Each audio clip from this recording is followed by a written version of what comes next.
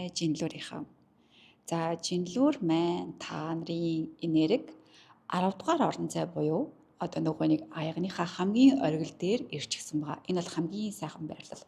Яагаад гэвэл яг энэ оргил буюу 10 дугаар орон зай чинь таны статус байхгүй юу? Таны одоо оргил төрөх тэр орон зай гэсэн үг.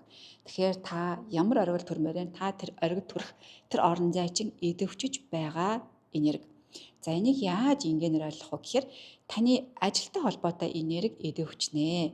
Тэгэхээр та хамгийн энгийндээ ярих юм бол ажилд ормоор байх юм бол одоо хөөцөлдөе. Ажлын байраа солимоор байх юм бол одоо хөөцөлдөе. Ажлын байртай холбоотой асуудлуудыг энэ сартаа хийвэл айгүй ээлтэй, маш сайн идэвхтэй байх болно гэсэн үг байхгүй юу? Тэгээ мэдээж тунгийн даруулна альва зүйлийг хэтрүүлж юусоо болохгүй. Тэгээд нэг асуудал үүсэж байгаа. Юу вэ гэхээр та юуг анхаарах хэрэгтэй вэ гэхээр та ингээд өөрөө хэрвээ ингээд карьерт та өөрөө ингээд ажиллаа угаасаа хийчихсэн байгаа хүн бол те угаасаа ингээд ажлын байртай хүн байгаа бол нэг зүйлийг анхаарна. Юу вэ гэхээр таны ажлыг хийхэд чинь саад болох, садаа болох одоо түүх учруулах тэр энерги бас ингээд ороод ирдэг байхгүй юу? Тэгэхээр та энэ зүйлээс холуур байлгах одоо холуур байх хэрэгтэй гэсэн үг болж өгөөд ажил дээр чинь асуудал гарах юм бол тэр ажлаас ингээд эвтэйхэн мултрах ч юм уу, ажил дээр асуудал гаргахгүй эвтэйхэн ажиллах ч юм уу, яваа нэгэн байдлаар ажлыг чинь хийлэхгүй байгаа хин нэгнээс холдох ч юм уу те ажлын байр сууриа хамгаалсан байдалтайгаар амьдруул зүгээр.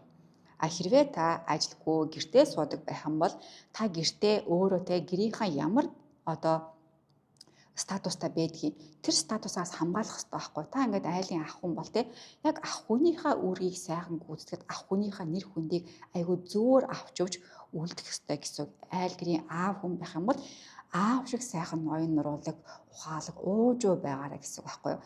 Яагаад гэвэл та ингээд буруу зүйл гаргах юм бол ингээд айгүй үнэлгээгүй таныг үнэлэхгүй айгүй тийм дорд үзчих тийм доошоо хийж тэр муухай энергиуд бас ингээд гараад ирчих учраас та айгүй ууж ухаалгаар энэ бүгдийг одоо авч явах хэрэгтэй гэсэн. Айгүй сайн гэрийн эзэн, гэрийн эзэгтэй, гэрийн ах те та ямар нөхцөл байдалд өөрийнхөө байр суурийг авч явдаг тийм хүн байх хэрэгтэй. Тэгэхээр би сая ажил дээр та ажлын байранд ямар статустай байх юм бол тэгээрээ гэртээ та ямар статустай байх юм бол ингээрэй гэдэг ийм хоёр өөр янзын жишээг одоо авч өгсөн байгаа.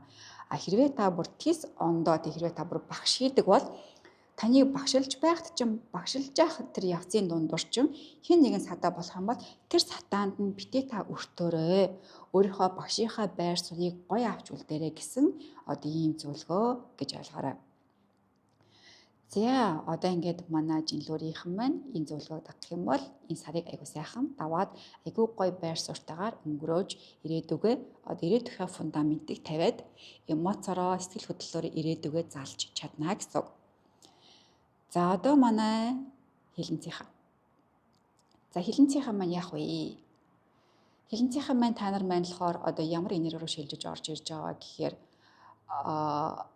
ингэн за хуульчтай холбоотой одоо хуульч өмгөөлөлтэй тэр зүйлийн энерги идэвхжиж байгаа байхгүй ягаад гэвэл 9 дугаар орон зай орж ирж байгаа гэсэн 9 дугаар орон зай 9 дугаар энерги идэвхжихээр юу байдаг вэ гэхээр хууль өмгөөлөл бүр нарийн мэрэгжилтэн тэр дундаа бас ингээ нарийн мэрэгжлийн эмчнэр хүртэл ингэж хамаардаг тэр хүмүүсээс тусламж авах хүртэл хамаардаг өшөө дээрээс нь та өөрөө тийм мэрэгжилтэй бол бусад хүмүүс туслах энэ энергиуд бас орж ирж байгаа учраас та энэ тал дээр одоо ажлуудаа айгүй зөв гүйцэтгэх хэрэгтэй. Балансыг бас бариарай.